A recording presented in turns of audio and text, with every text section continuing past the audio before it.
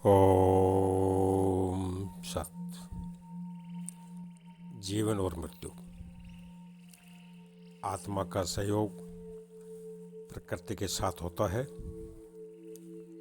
ऐसा ये सहयोग आत्मा की इच्छा से नहीं होता है, परंतु यह सहयोग पूर्व जन्म में किए गए कार्यों के हिसाब से जैसे कर्म किए हैं उसी प्रकार के प्रकृति से यह सहयोग हो जाता है। कोई भी आत्मा मरना नहीं चाहती।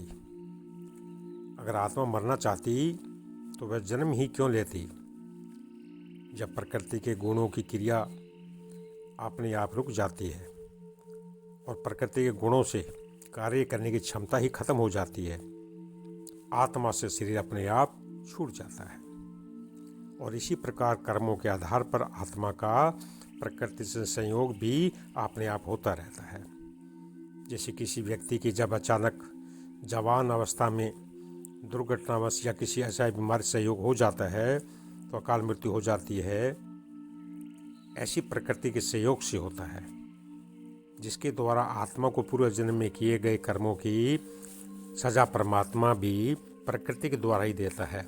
आत्मा प्रकृति से योग कर साकार रूप में अपना कल्याण करने के लिए बार बार जन्म लेती है और मृत्यु को प्राप्त होती रहती है।